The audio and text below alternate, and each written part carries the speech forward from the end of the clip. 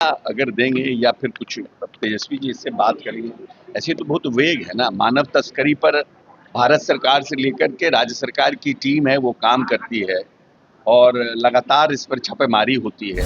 अगर वो सुझाव कुछ देंगे कि इस एरिया से हमारी जानकारी है कैसे हो रहा है, इन लोगों की संलिप्तता है, तो उस पर सरकार कार्रवाई भी करेगी।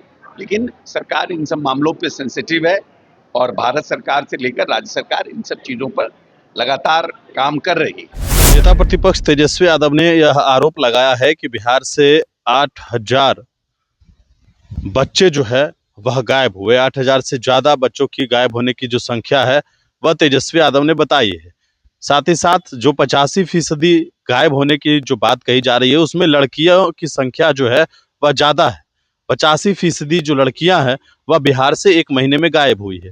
और यह सवाल आज बिहार सरकार के मंत्री अशोक चौधरी से जब पूछा गया, उन्होंने कहा तेजस्वी यादव को यह बताना चाहिए कि स्पेसिफिक जो डेटा है और कितने लोग जो है वह किस एरिया से गायब हुए हैं, इसके लिए जो सरकार है वह काम करती है। मानव तस्करी पर रोक लगाने की जो बात है वह लगातार उस पर काम चलता है। तेजस्वी यादव को आंकड़ा देना चाहिए। क्या कुछ कहा है मंत्री अशोक चौधरी ने, आप खुद सुनिए। एसआईआर के लिए विपक्ष के दलों के द्वारा बराबर हाय तौबा मचाया जा रहा था और ऐसा पब्लिक में इमेज दिया जा रहा था कि किसी पार्टी विशेष के द्वारा इलेक्शन कमीशन काम कर रहा है और इसके चलते उन लोगों ने सुप्रीम कोर्ट गए।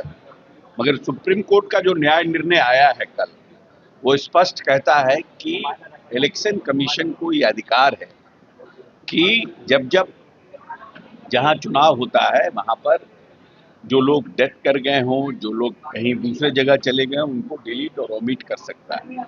तो ये समझते हैं कि इलेक्शन कमीशन को सुप्रीम कोर्ट ने जो इलेक्शन कमीशन काम कर रहा था उसके काम करने के तरीकों के ऊपर सुप्रीम कोर्ट ने मोहर लगाया।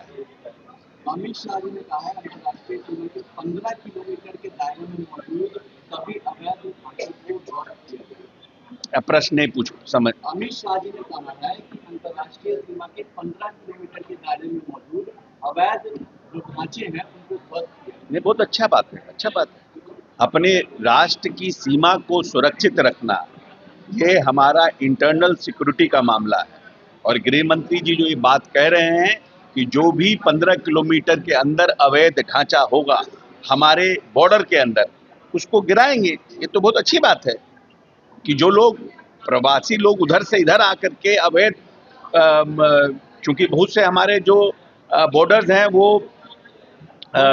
हमारा गार्डेड नहीं है, ओपन बॉर्डर है, तो नेचुरली उधर के लोग इधर आ जाते हैं, यहाँ कुछ ढांचा बना के रह लेते हैं, जब मन किया जब उधर चले जाते हैं। तो उस तरह के ढांचों को गिराना तो ये देश की सुरक्षा के साथ एक मजबूत प्रबंधन व्यवस्था है। तेजस्वी यादव कह रहे हैं कि बिहार में मानव तस्करी बढ़ गया है, लड़कियों और बच्चियों गायब हो रही है बिहार से। कि इसका कोई डेटा अगर देंगे या फिर कुछ तेजस्वी जी इससे बात करेंगे, ऐसे तो बहुत वेग है ना। मानव तस्करी पर भारत सरकार से लेकर के राज्य सरकार की टीम है वो काम करती है और लगातार इस पर छापेमारी होती है। और लेकिन कोई स्पेसिफिक होगा कि किस एरिया से हो रहा है, क्या हो रहा है, तो शायद सरकार अगर तेजस्वी जी डीजीपी को या मुख्यमंत्री जी को पत्र लिख करके इसके लिए आगाह करेंगे कि ये एरिया है, कंसर्न एरिया है। क्योंकि विपक्ष की ये सिर्फ भूमिका नहीं है कि विपक्ष सिर्फ कुछ बोले, क्योंकि 5 साल तो इस सरकार को मैंडेट मिला है चलाने के लिए। अगर वो सुझाव कुछ देंगे कि इस एरिया से हमारी जानकारी है कैसे हो रहा है, इन लोगों की संलिप्तता है, तो उस पर सरकार कार्रवाई भी करेगी। लेकिन सरकार इन सब मामलों पे सेंसिटिव है और भारत सरकार से लेकर राज्य सरकार इन सब चीजों पर लगातार काम कर रही है।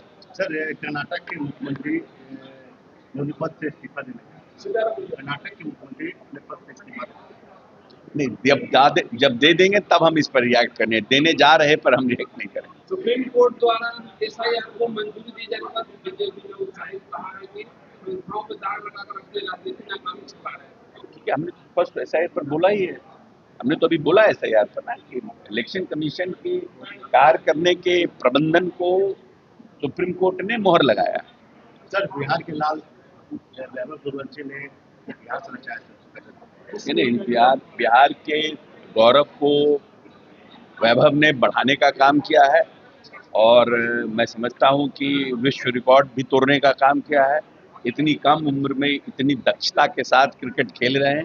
पूरे बिहार की तमाम जनता टकटकी निगाह से उनको देख रहा है और उनको शुभकामना दे रहा है। भगवान उनको और यशस्वी बनाए और जितना भी वर्ल्ड रिकॉर्ड है, चाहे जो लोगों ने भी बनाया है, सब रिकॉर्ड को तोड़ने का काम आने वाले 5 वर्षों में करे, ऐसी हम सबकी शुभकामना। तकरीब पर गाय की कुर्बानी जरूरी नहीं है, मद्रास हाईकोर्ट ने तमिलनाडु में राज्यव्यापी प्रतिबंध का आदेश दिया। तकरीब पर गाय की कुर्बानी जरूरी नहीं है, मद्रास हाईकोर्ट ने तमिलनाडु में राज्यव्यापी प्रतिबंध का आदेश दिया। ये बात सही है। गाय गौ गौ गौ गौ गाय की कुर्बानी को तो हमारे यहाँ भी ये है, सब जगह है, क्योंकि एक भावना से जुड़ा हुआ है। तो जब हम जिस दूसरे, जैसे हम बुद्धिस्ट नहीं, ये बात समझने की है। मैं बुद्धिस्ट नहीं हूँ, लेकिन मैं जब भी बोध गया जाता हूँ तो जो उनका ट्रेडिशन है या बुद्ध जयंती होती है तो उनका जो ट्रेडिशन है उनके हिसाब से हम प्रणाम करते हैं, बैठते हैं, भोग लगाते हैं। ये जो हमारे बौद्धिस्ट लोग हैं उनके सम्मान में करते हैं, क्योंकि हमारी पूजा पाठ की प्रथा तो अलग है। हम कहीं जाते हैं, अजमेर शरीफ जाते हैं, तो उसी तरह हाथ में चादर लेकर जाते हैं।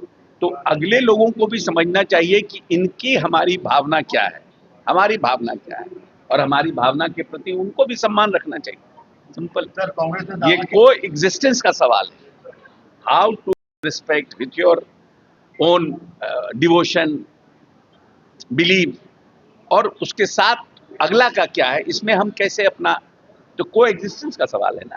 सर, कांग्रेस ने दावा किया है कि इंडिया गठबंधन उनके सबसे बड़े नेता राहुल गांधी के उन्हीं के में चुनाव लड़ा जाएगा, नाम का चुनाव। अच्छी बात है, एनडीए और बहुमत से जीतेगी। लीक पेपर लीक के बाद प्रदीप ने सुसाइड कर लिया था, उसके परिवार से राहुल गांधी कल मिले। क्या लीक पेपर कैंसिल हुआ, उसके ठीक बाद प्रदीप ने राजस्थान का जो सुसाइड कर दिया था, वो उनसे राहुल गांधी मिले और वो कह रहे हैं कि टूटा हुआ सिस्टम है, नहीं, देखिए, अब ये जो नीट की घटना हुई है ये तो बहुत ठीक घटना नहीं हुई है।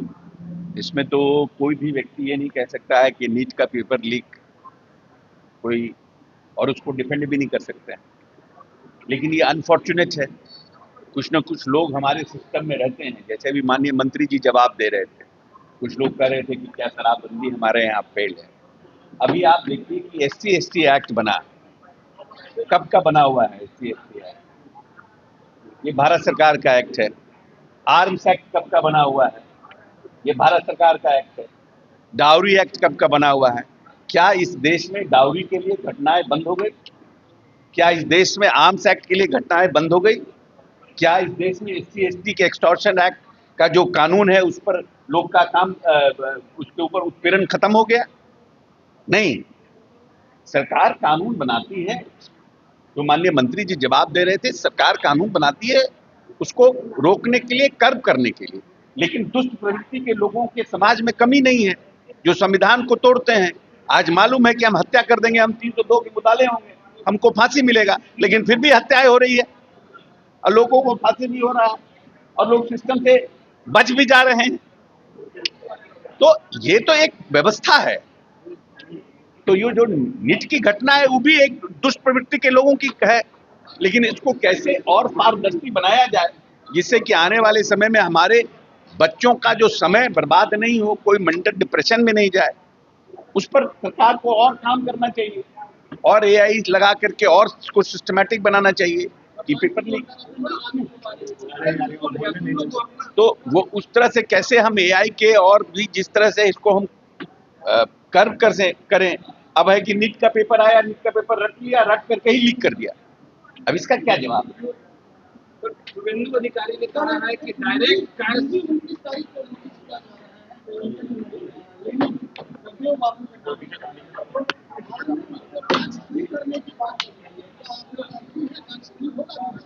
ठीक है, इसका तो जो व्यवस्था है, किन परिस्थितियों में टैक्स फ्री होता है, क्या होता है, तो मतलब सामान्य प्रशासन विभाग का काम है, हम लोगों के विभाग से रिलेटेड नहीं है।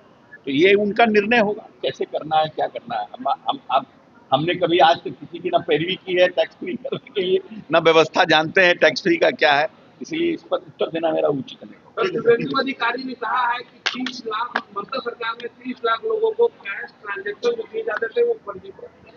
तो उस पर जांच होगा, अगर लगेगा कि फर्जी था तो ये बहुत बड़ा स्कैम है। चलिए, हो गया।